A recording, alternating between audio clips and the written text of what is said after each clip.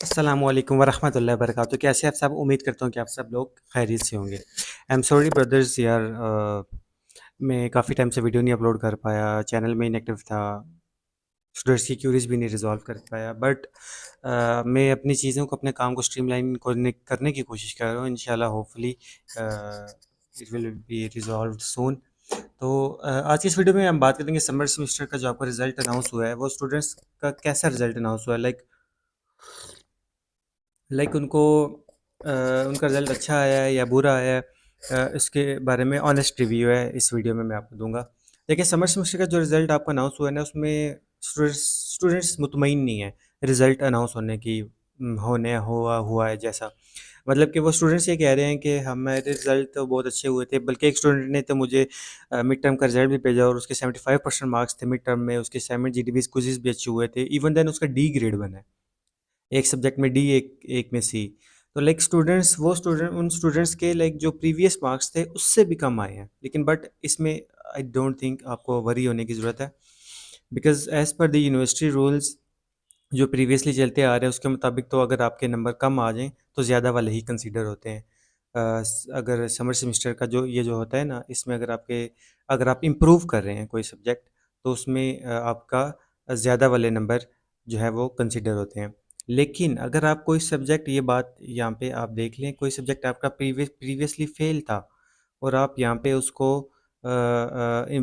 मतलब दोबारा से उसको रिपीट करें, तो फिर अगर आपके फेल वाले से भी कम नंबर आ गए, तो फिर आपके फेल वाले नंबर जो है वो कंसिडर नहीं होंगे। फिर फेल से भी कम जो आपका, फॉर एग्जांपल आपका समर सेमेस्टर से पहले जो सब्जेक्ट था उसमें 2 सीजीपीए था और आप फेल थे, 2 नहीं बल्कि 1 सीजीपीए था और आप फेल थे, ठीक है? और समर सेमेस्टर देने के बाद आपका आ गया 0.5, तो फिर आपका 0.5 ही कंसीडर होगा, ना कि 1 कंसीडर होगा। तो यहाँ पे स्टूडेंट्स को कुछ जो है वो मसला आ रहा था, और सीजीपीए भी उसका कम हो जाएगा। अगर आपके मार्क्स कम आए हैं तो आपका सीजीपीए कम हो जाएगा। सीजीपीए ओवरऑल अपडेट होता है, ठीक है?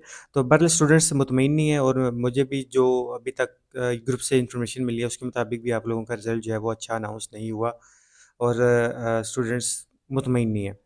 तो वो स्टूडेंट्स जो ये कह रहे हैं कि हाँ, अब हमारी ट्रांसक्रिप्ट में समर सेमेस्टर इंक्लूड होगा कि नहीं होगा, जी बिल्कुल। आपकी जो ट्रांसक्रिप्ट आएगी, ऑब्वियसली डेफिनेटली ये आपका जिस तरह फॉल सेमेस्टर है, स्प्रिंग सेमेस्टर है, इसी तरह आपका ये समर सेमेस्टर भी है, ये भी आपकी ट्रांसक्रिप्ट में इंक्लूड होगा। लेकिन इससे आपको वरी होने की ज़रूरत नहीं है, बिकॉज़ अगर ये ऐड भी हो जाता है तो सो व्हाट?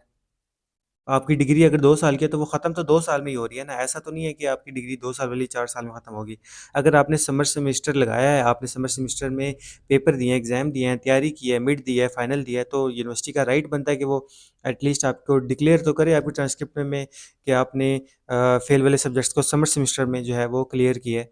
अगर वो समर सेमेस्टर नहीं लिखेगी तो तो आपका सब्जेक्ट वो पास किस सेमेस्टर में डिक्लेयर करेगी? आप क्या चाहते हैं? अगर समर सेमेस्टर में आप कोई सब्जेक्ट्स क्लियर कर लेते हैं और वो ट्रांसक्रिप्ट में नहीं शो करते और नेक्स्ट सेमेस्टर शुरू हो जाता है, तो फिर वो जो पास वाले सब्जेक्ट्स हैं वो कहाँ यूनिवर्सिटी डिक्लेयर करे? तो समर सेमेस्टर ऑब्वियसली डेफिनेटली आपकी जो है वो ट्रांसक्रिप्ट में जो है वो ऐड होगा, लेकिन इससे वरी होने की ज़रूरत नहीं है अगर आपके सीजीपीए अच्छा है, मार्क्स अच्छे हैं।